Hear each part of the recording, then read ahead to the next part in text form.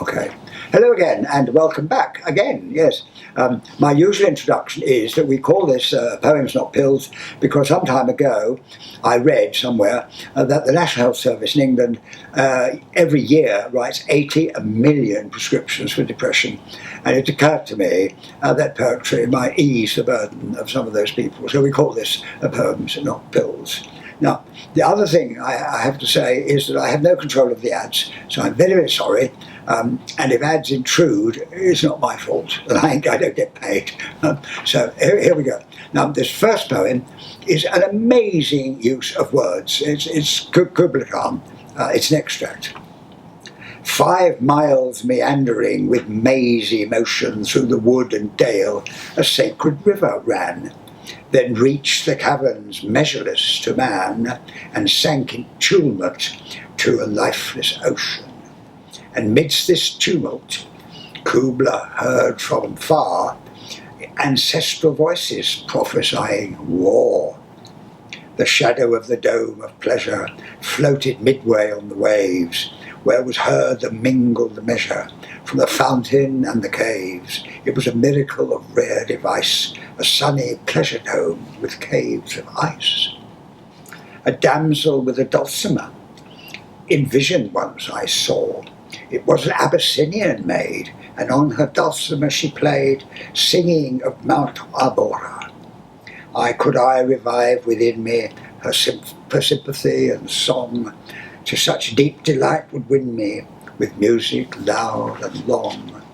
I would build that dome in air, that sunny dome, those caves of ice, and all who heard should see them there.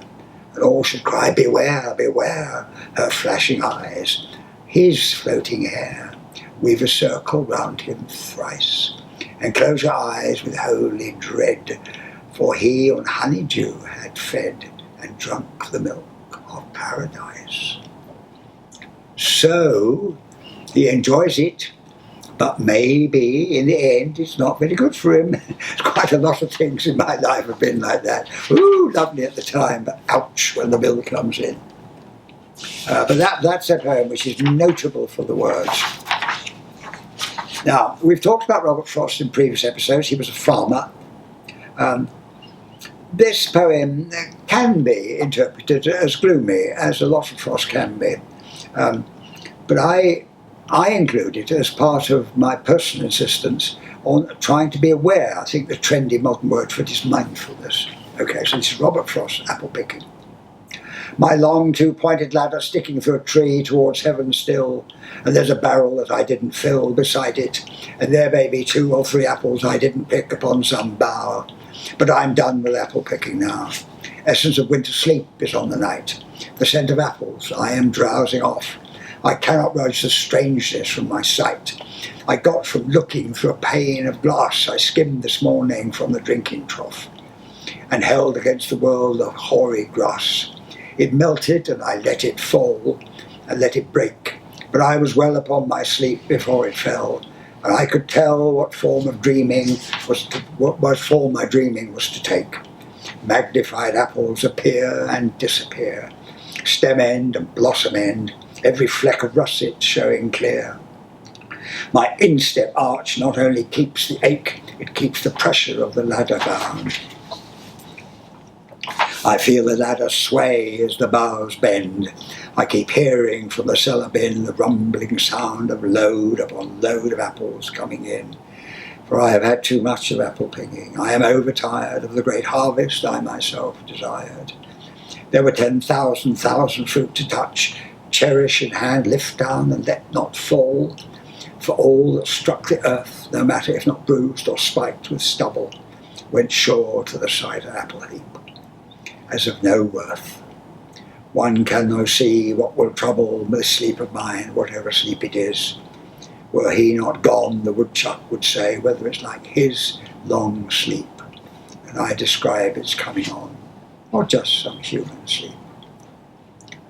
So here's Frost again, talking about his life and all the excitements of his life and being a farmer and all the joys of his life, but he's at the end of it, and he's wondering, what comes next.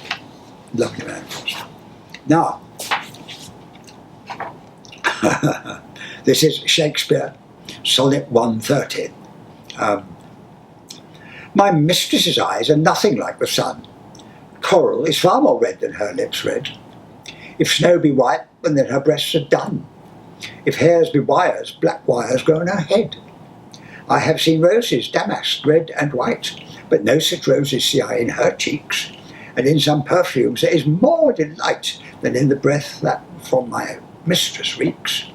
I love to hear her speak, yet well I know that music hath a far more pleasing sound. I grant I never saw a goddess grow. My mistress, when she walks, treads on the ground. And yet, by heaven, I think my love as rare as any she belied with false compare. So there he is saying she's not up to much, but I love her dearly. It's a nice sonnet. Sonnets, by the way, are quite difficult to write because this is not about poetry per se. They're 14 lines with a particular rhyme and length of line. Now, more Shakespeare. When my love swears that she is made of truth, I do believe her, though I know she lies. That she might think me some untutored youth, unlearned in the world's false subtleties, thus vainly thinking what she thinks me young, although she knows my days are past the best. Simply I credit her false-speaking tongue, on both sides thus is simple truth suppressed. But wherefore, says she, is just unjust? And wherefore say not I that I am old? O love, best habit is in seeming trust. In age and love loves not to have years told. Therefore I lie with her, and she with me, and in our faults by lies we flattered be. So that's Shakespeare being very realistic again. The lover is saying, she's denying the fact that he's quite old, and he's putting up with it too. But it's a touching and lovely thing. Good old Shakespeare. Now, this is a very beautiful actor, a man called Gerard Manley Hopkins. He was a Catholic priest. None of the poems were published in his lifetime because he was a Jesuit, and the Jesuit order did not approve of him, thinking that he was much too close to nature and not quite close enough to God. I mean, as you probably know, Hindus and others can't see any difference between God and nature, but the Catholics at that time did. So none of this was ever published, which is a great sad one. My aspens dear, whose airy cages quelled or quenched in leaves the leaping sun, all felled, all are felled. Of a fresh and following folded rank, not spared, not one. The dandled, sandaled shadow that swam or sank, on meadow or river, or wind-wandering, weed-winding bank. Oh, if we knew what we do when we delve or hew, hack or rack the growing green, since country is so tender, to touch a being so slender, like this sleek and seeing ball, with a prick will make no eye at all. Were we even where we mean to mend her, we end her.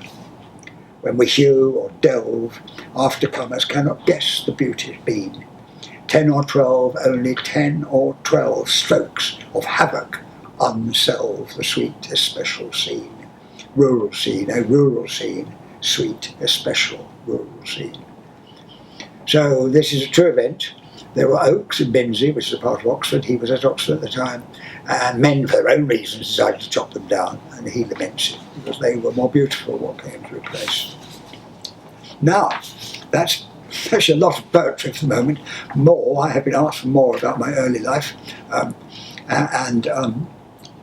so this is a little bit about my early life on the farm.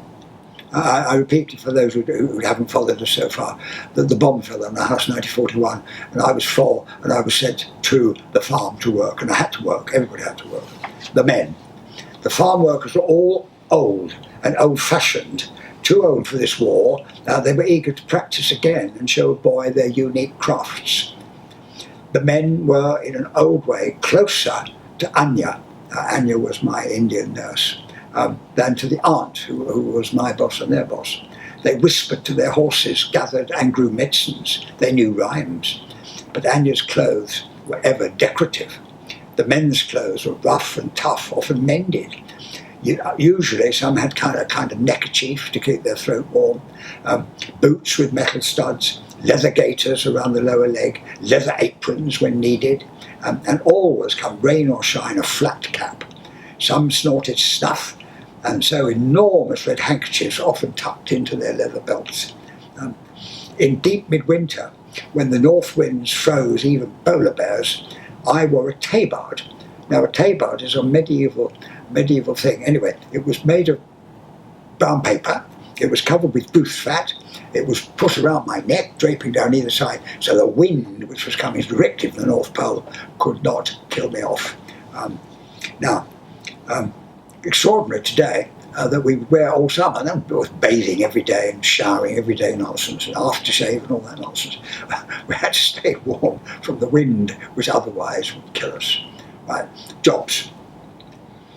I went to farm at age about 4 and left at about 8. At 4 I could carry sticks, at 8 I could chop them. Remember, the only heat indoors we had was from fire, no central heating or anything. Cooking, washing clothes, the occasional bath, all required logs, sticks and kindling. Kindling is small pieces of wood.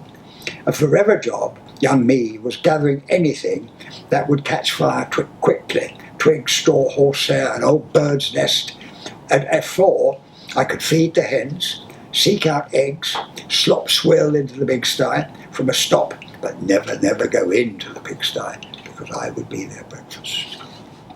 Pigs are not actually very nice. By 8 I could weigh and measure the horse's lunch. By 8 I could part milk a cow, but I never had the stamina or patience to beat cream into butter. Oh, that is a business. Sweeteners. Much of today's supermarket sugar comes from beet. We grew beet. They look like great big parsnips. We peeled, chopped, shredded, boiled them, and the brown liquid resulting is very sweet and was used sparingly for treats. I mentioned apple rings earlier on. With breakfast oats, we cut apples into slices about 1/4 inch thick. I don't know what's that, I don't know, 5 millimeters or something. Cut out the core, passed a string through, and then hung them up in the wind. Muslin was draped over them to keep flies off. The apples turned brown, the moisture evaporated, the sweetness remained. Please recall that none of us in those days had any concept of leisure. There wasn't telly, there wasn't even a wireless. Every minute was occupied by tasks, great and small. At 7 or 8, I could darn my own socks with a needle. Anyway, that's enough history for you. Thanks for watching. Bye-bye.